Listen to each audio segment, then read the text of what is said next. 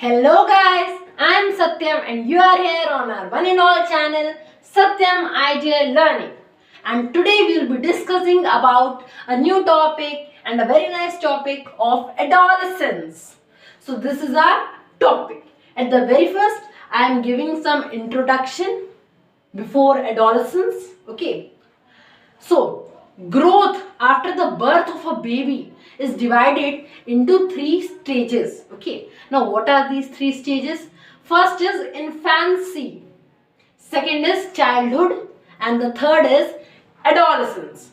I want to give the brief introduction about infancy and childhood, and then we are going to study about adolescence in greater detail. Okay. Now, what about infancy? At the very first, what is infancy?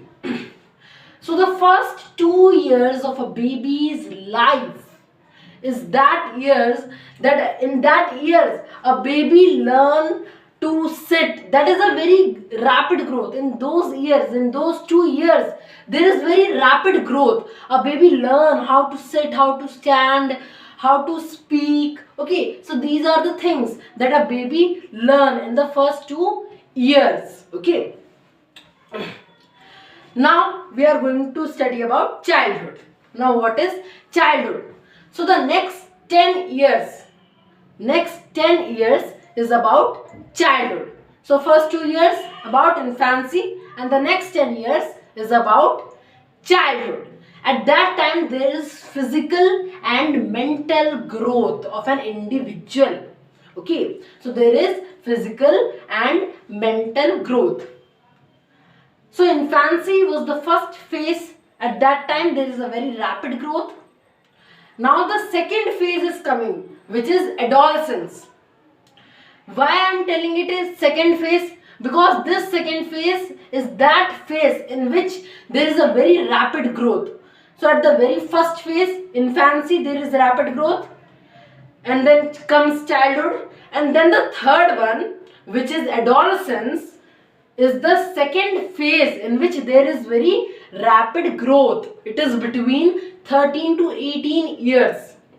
At that time, an individual attain sexual maturity or become capable of reproducing. Okay, so a person or an individual becomes capable of reproducing or reproduction at that time between 13 to 18 years. So the age of attaining puberty varies from person to person. Girls attain puberty earlier than that of boys. Okay, generally girls attain puberty during 11 to 13 years. Okay, 11 to 13 years only. And boys attain puberty between 13 to 14 years. Clear this thing? It is about generally, but it varies in boys and girls. Okay, it varies from person to person.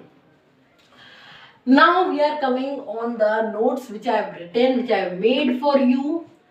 At the very first, we are going to study about girls.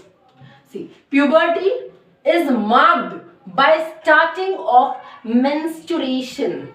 By the onset or the starting of menstruation, puberty is marked. Okay, so puberty is marked by the starting of menstruation. I've already explained these things these new words who are coming in my new lectures. I've already explained these things in the reproductive organs or the reproductive system, which I have already taught you. Okay, so puberty is marked by the starting of menstruation and external physical changes.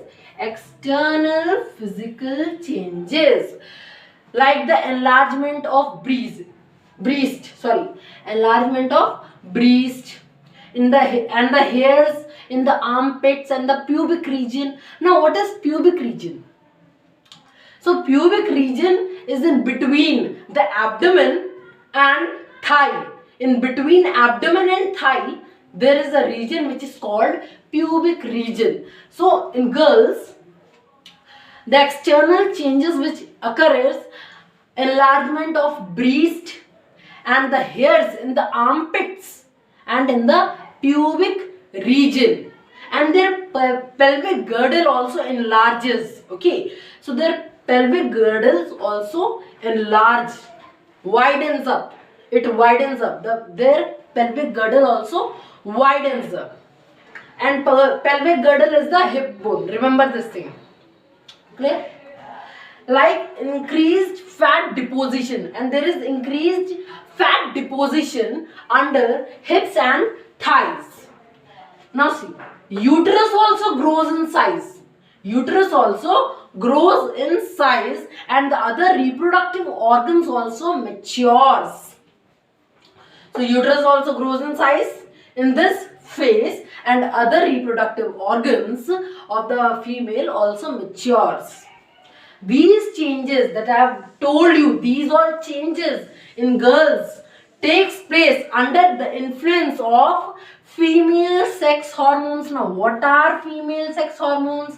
I have already told you guys in my previous lecture that the female sex hormones are progesterone and estrogen. Estrogen and progesterone. Okay, so these two are the female sex hormones, and they only influence these changes, these external changes, external physical changes, and this menstruation. So these all are being take place under the influence of female sex hormones, progesterone and estrogen. Clear this thing? Now we are coming on boys. Changes are growth of hair in the pubic region and in the armpit and in the on the face also. So changes are growth of hair in the pubic region. I have already told you, between abdomen and thigh there is pubic region, and on the face also there is hair. So growth of hair in the armpit, pubic region and face. And the deepening of voice. Why there is deepening of voice in boys?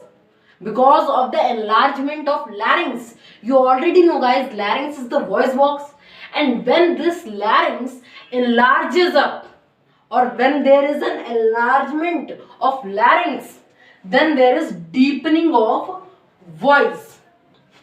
Clear this thing? And their soldiers, boys shoulders also widens. So their shoulders also widens up, and there is increase in muscle mass. There is increase in muscle mass also. These are the changes which take place, external changes. We can say secondary sexual characteristics also.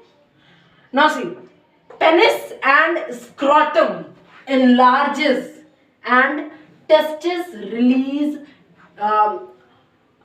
sperms. Okay, so testis also releases sperms at that time.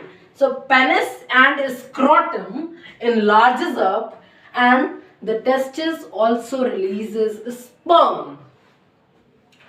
And these changes take place under the influence of testosterone. So this is the male sex hormone, and progesterone and estrogen are the female sex hormones. This you have to remember guys. Okay. So in boys, testosterone is the hormone, male sex hormone. Clear this thing to all of you?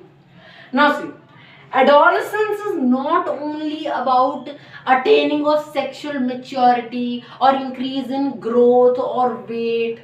It is not only about this thing. But adolescence is also about tremendous emotional and intellectual growth. Okay, so it is also about tremendous emotional as well as intellectual growth. These together with the pressure of growing up or becoming more socially independent and responsible often create emotional turbulence, means trouble, emotional trouble in adolescence. Okay, so these all things are becoming more socially independent and very responsible. This often create emotional trouble in adolescence. Okay, and the adolescents may feel angry, sad, restless and so on. So they may feel these things also. These are the feelings which are there in adolescence. So they may feel angry, sad, restless, and so on. Okay. Intellectually, see, intellectually, a growing adolescent become more and more capable of analyzing. See guys, an adolescent becomes very logically, okay, when a baby grows to childhood and then it grows to adolescent, then an individual becomes logical, very logically it becomes, okay. So he or she will become very logical, which means that a growing adolescents become more and more capable of analyzing things. So a person will analyze those things, and he will reason also, he will find reason why it is that, for that. He will also give reason also, and he will search for reason also. Okay, so a person become more and more logically clear. Are you getting my point? And in the childhood what happens, an individual is very active in the creativity part, okay. So in childhood a person is creative, and in this adolescent age he or she is very logically in mind, okay. So growing adolescent become more and more capable of analyzing, reasoning, putting things together, and then drawing conclusions, and then they draw conclusions.